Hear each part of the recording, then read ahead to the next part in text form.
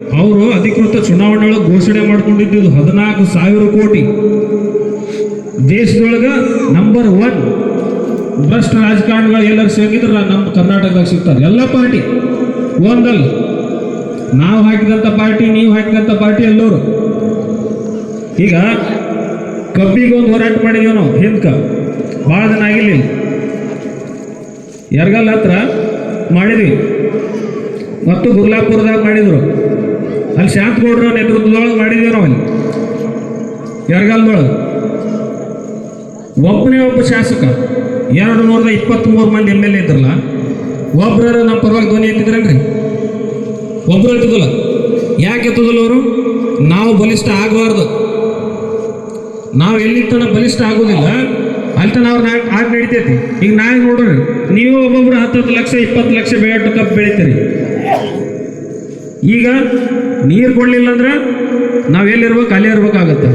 ಈಗ 10-20 ಲಕ್ಷ ಬೆಳೆ ಹೊತ್ತಿನಾಗ ನಾವ್ಯಾಕೆ ರಾಜಕಾರಣ ತಗೋಕೆ ಹೋಗುದಿಲ್ಲ? ಶಟರ್ ನಿಂದಾಗ ಸ್ಟಾರ್ಟ್ ಆಗುತ್ತೆ. ನಾವು ಒಂದೊಂದು ಪಾರ್ಚನರ್ ಇಳಿಸ್ತೀವಿ, ಅಡ್ಗಾಡ್ತೀವಿ, ಮಾಡ್ತೀಯಲ್ಲೋ ಕೆಲಸ ಅಂತ ಕೇಳ್ತೀವಿ. ಅದಕ್ಕೆ ಬಲಿಷ್ಠ ಆಗಬಾರ್ದಲ್ಲ.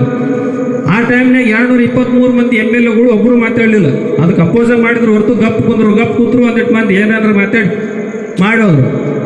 ಆದ್ರೆ ಅಲ್ಲಿ ಗಟ್ಟಿಯಾಗಿ ನಿಂತು ಇವತ್ತು ನಮ್ಮ ಶಾಂತಗೌಡರು, ಹಸಿರು ಸೇನೆ ರಾಜ್ಯ ಉಪಾಧ್ಯಕ್ಷರು ಮತ್ತು ಚೂನಪ್ಪ ಪೂಜಾರಿ ಅವರು ಅಧ್ಯಕ್ಷರು, ಇವರೆಲ್ಲ ಹೋರಾಟದ ಫಲವಾಗಿ ನಮಗೆ 3,200 ರೂಪಾಯಿ ಪ್ರತಿ ಟನ್ನಿಗೆ ಸಿಕ್ತು.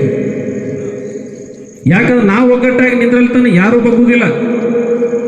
ನಾವು ಏನಾಗ್ಬಿಟ್ಟದ ನೋಡ್ರಿ, ನೀವು ಯಾರ್ಯಾರು ಬರಲಿ ರಾಜಕಾರಣಿ, ಅವನ ಪರವಾಗಿ ಒಂದಿಷ್ಟು ಮಂದಿ ಇರ್ತಾರೆ, ಇವನ ಪರವಾಗಿ ಒಂದಿಷ್ಟು ಮಂದಿ ಇರ್ತಾರೆ. ನಾವು ಹೊಡೆದೇ ಇರ್ತೀವಿ, ಅವ್ರವ್ರು ಒಂದೇ ಇರ್ತಾರೆ. ಅಲ್ಲಿ ಮೇಲೆ ಅವ್ರದ್ದು ಜಾತಿ ಒಂದೇ ರೀ, ರಾಜಕೀಯದವ್ರದ್ದು ಜಾತಿ ಒಂದೇ, ರಾಜಕೀಯ ಜಾತಿ ಅವ್ರದ್ದು.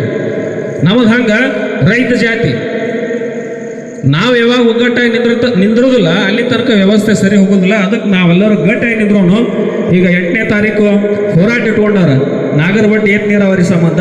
ಯಾಕಂದ್ರೆ ನಮಗೂ ಇಲ್ಲಿ ತನಕ ನಮಗೆ ತಪ್ಪಲ್ಲದು, ನಮಗೂ ಹಿಂದೆ ಯಾರೂ ಬಲಿಷ್ಠರು ಇದ್ದಿದ್ದಿಲ್ಲ. ಒಬ್ರು ಎಳ್ಕೊಂಡು ಹೋಗೋರು ಬೇಕಲ್ಲ, ದಾರಿ ತೋರಿಸೋರು ಬೇಕಲ್ಲ, ಅಂಥವ್ರು ಯಾರು ಇದ್ದಿಲ್ಲ. ಈಗ ಶಾಂತಗೌಡ್ರ ಅಂತ ಕೆಲಸ ಮಾಡಕತ್ತಾರ, ಅವ್ರಿಗೆಲ್ಲರಿಗೆ ಬೆನ್ನೆಲುಬಾಗಿ ನಾವು ನಿಂದ್ರೋನಂತ. ಯಾಕಂದ್ರೆ ಅವ್ರು ಬೆನ್ನೆಲುಬಾಗಿ ನಿಂದ್ರಕ್ಕಿಂತ ನಮ್ಮ ಸಂಬಂಧರ ನಾವು ನಿಂದ್ರಬೇಕಾಗ್ಯದ. ಈಗ ನಮ್ಮ ಹಕ್ಕು ನಾವು ಕೇಳಿದ್ರೆ ತಪ್ಪೇನದ್ರಿ? ಯಾಕೆ ಅನ್ಸ್ಬೇಕು? ಎಲ್ಲಿ ತನ ಅನ್ಸ್ತೀರಿ? ಹುಟ್ಟಿಗೆಲ್ಲಿ ಸಾಯಬೇಕು? ಯಾಕೆ ಮತ್ತೊಬ್ರು ಗುಲಾಮಗಿರಿ ಮಾಡೋನು? ಬ್ರಿಟಿಷರು ಪಾಡ ಅವ್ರಿಗಿಂತ ಹೇಸಾಗಿಬಿಟ್ಟಾರ ಈಗಿನ ರಾಜಕಾರಣಿಗಳು. ಬ್ರಿಟಿಷರು ಪಾಡವರು, ಅವ್ರಿಗಿಂತ ಹೇಸಿವ್ರು.